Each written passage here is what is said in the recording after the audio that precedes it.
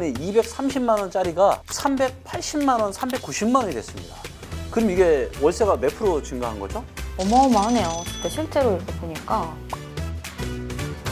너무나도 고평가됐고 대출은 받을 때는 이미 다 받아놨고 생활 환경은 갈수록 안 좋아지고 내 호주머니는 계속 지금 비어가니까 제 전망이 틀리면 제가 손 좀 쓰겠습니다. 아, 네. 요거 편집하지 않고 자료화면으로 만들고. 네. 그 정도로 확신하시는. 그 정도는 뭐.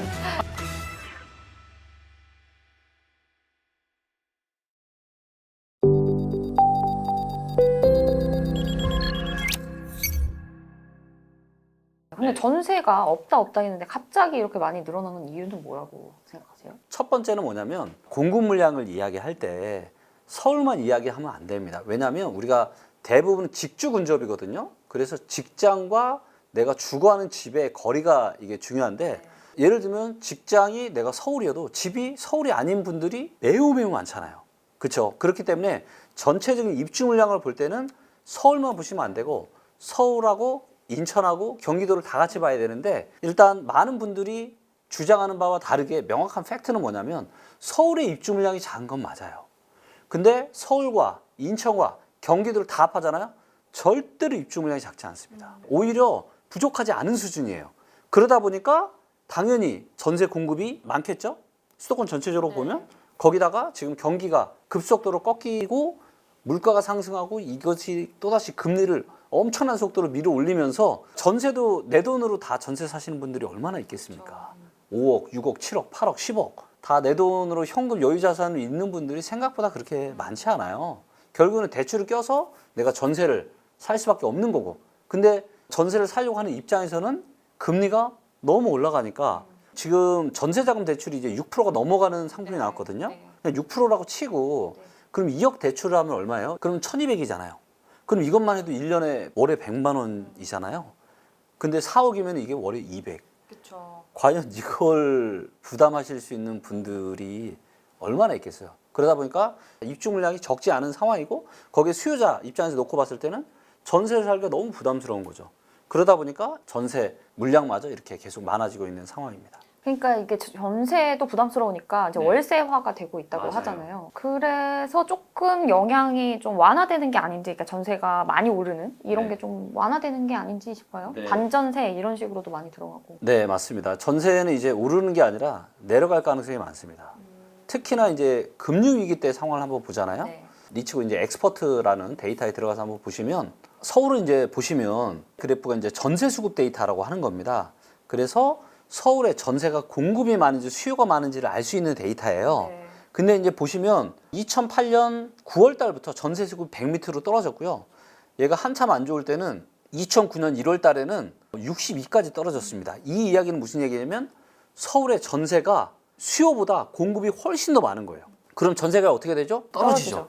그리고 실제로 이때 전세가 떨어졌었거든요. 근데 이때 수도권에 입주 물량이 없어서 떨어졌냐? 아니에요. 경기가 안 좋으니까. 금리 위기와 같은 이런 상황이 발생했기 때문에 순식간에 급락을 한 거죠. 물론 수도권 입주 물량이 좀 작았으니까 이렇게 다시 올라오긴 했습니다. 그리고 이때 이후로 한 번도 전세 수급이 보신 것처럼 100m로 한 번도 떨어져 본 적이 없잖아요. 2019년 초반에 송파구 쪽에 입주 물량이 조금 몰렸을 때 그때 빼놓고는 한 번도 100m로 떨어져 본 적이 없는데 지금 보시는 것처럼 계속 다시 내려가고 있죠.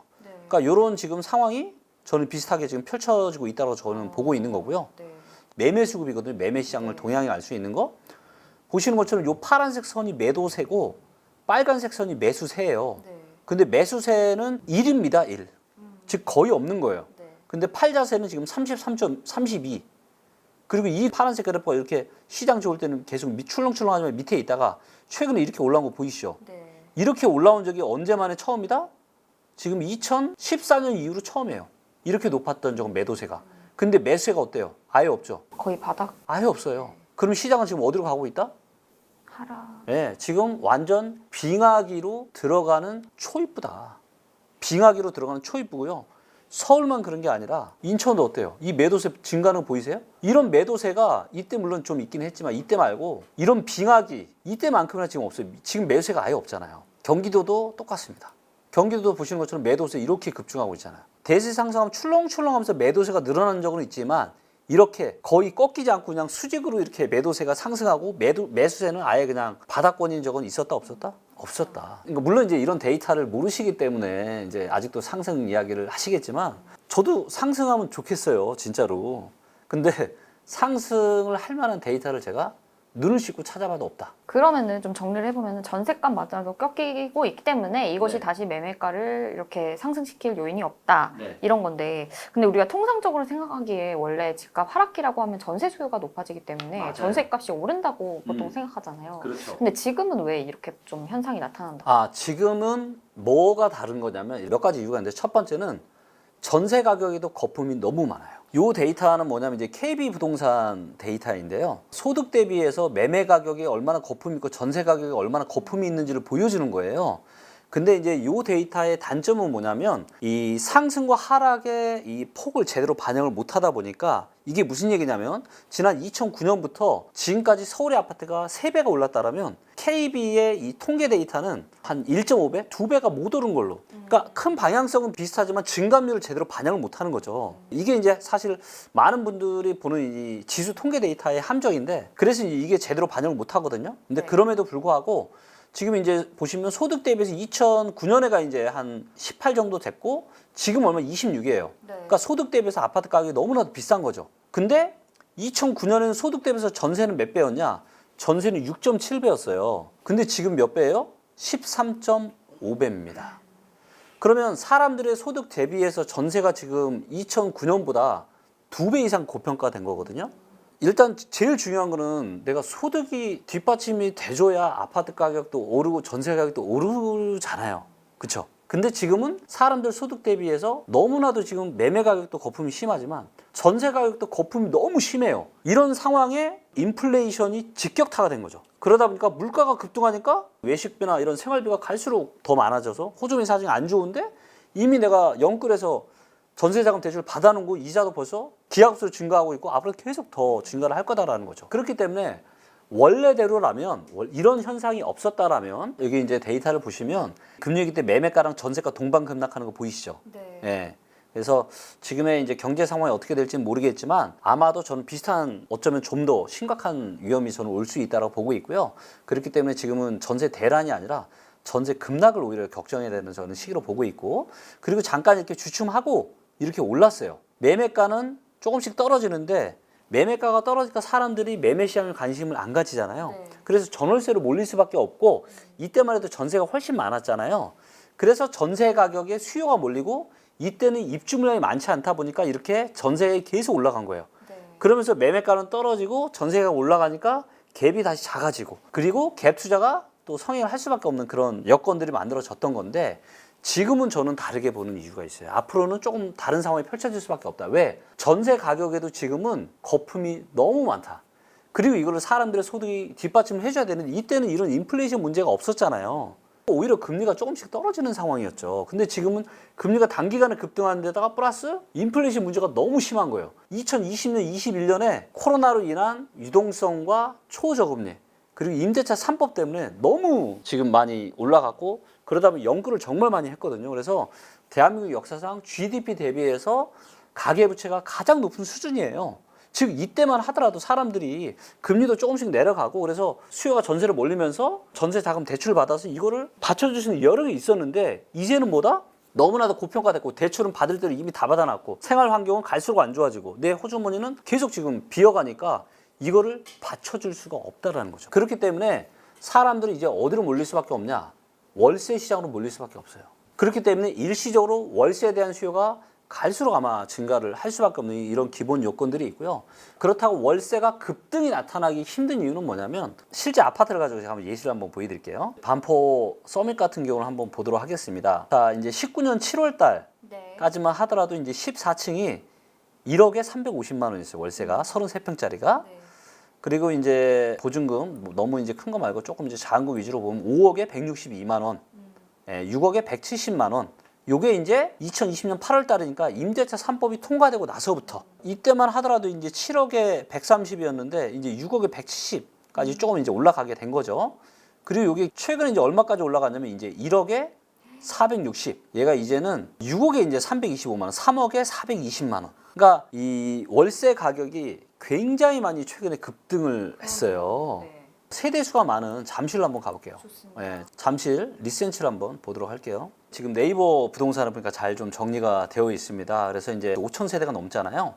요걸 이제 보시면 이제 30평대 기준으로 2020년 2월 달, 3월 달만 하더라도 보증금 1억에 월세가 220에서 245만 원 정도였습니다.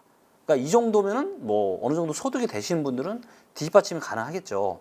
근데 지금 얘가 이제 보시면 2020년 연말에는 이제 368만 원까지 100만 증가했고요. 원이 더 오른 예. 거예요. 한때 거의 400만 원까지 갔었습니다.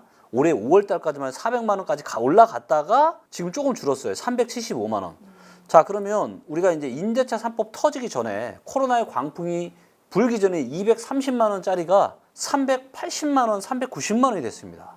그럼 이게 월세가 몇 프로 증가한 거죠? 어마어마하네요. 진짜 실제로 이렇게 보니까. 그럼 67%예요. 코로나로 인한 유동성과 초저금리, 그다음에 임대차 3법의 이 광풍을 겪으면서 월세가 60%, 70%가 오른 거죠. 근데 아까 네. 월세 급등이 제한적일 거다 네. 이런 취지로 데이터를 그렇죠. 보여주신 거예요. 월세가 원래는 이렇게까지 높지 않은 수준이었는데 코로나와 임대차 3법이라는 이런 이벤트 때문에 전세가만 급등하고 매매가만 급등한 게 아니라 월세도 지금 엄청나게 급등을 해 있다고요.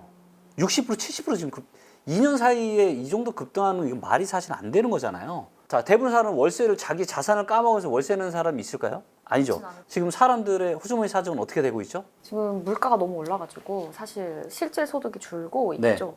그렇죠. 자, 그러다 보니까 잠실 리센치에서도 지금 월세가 어떻게 되고 있어요? 4월, 5월 달에 고점 찍고 지금 급격하게 내려가고 있죠. 고점도, 고가도 지금 내려가고 있잖아요.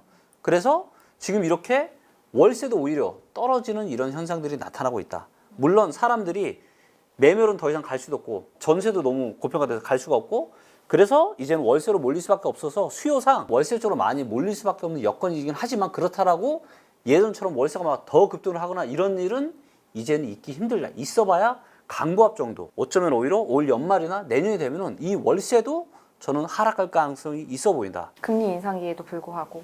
그렇죠. 금리가 인상이 되니까. 왜냐하면 만약에 공급자의 입장에서 놓고 보자라면 금리가 급등을 하니까 내가 월세를 더 많이 받는 게 맞죠. 네. 근데 월세는 지난 2년 동안 몇 프로가 올랐어요? 60%, 70%가 올랐잖아 이미. 월세를 내는 입장에서 보면 이 월세는 어떻다? 너무너무 부담스럽다. 못 낸다 이거. 못 내요. 그렇기 때문에 지금 어쩌면 대한민국 역사상 처음으로 매매, 전세, 월세가 다 하락하는 이런 흐름이 나올 수도 있다. 네, 그거 좀 특이하네요. 그러니까 좀 정리를 해보자면은 원래도 전세 공급이 적지도 않았지만 네. 최근에 어떤 금리 인상 그리고 네. 인플레이션 상황 이런 게 겹치면서 전세하고 월세 시장도 좀 충격을 가하고 있다. 뭐 네. 이런 식으로. 그렇죠. 그래서 임대차 시장도 이미 좀 안정화되고 있어서 네. 8월에 이제 상승되는 가능성은 극히 적다. 저는 없다라고 보고 빵이에요, 빵. 예, 지금은 일도 없습니다. 혹시 8월 달에 진실의 방으로 갔는데 제 전망이 틀리면 제가 좀 손 좀 쓰겠습니다. 네. 요거 벌 받아야죠.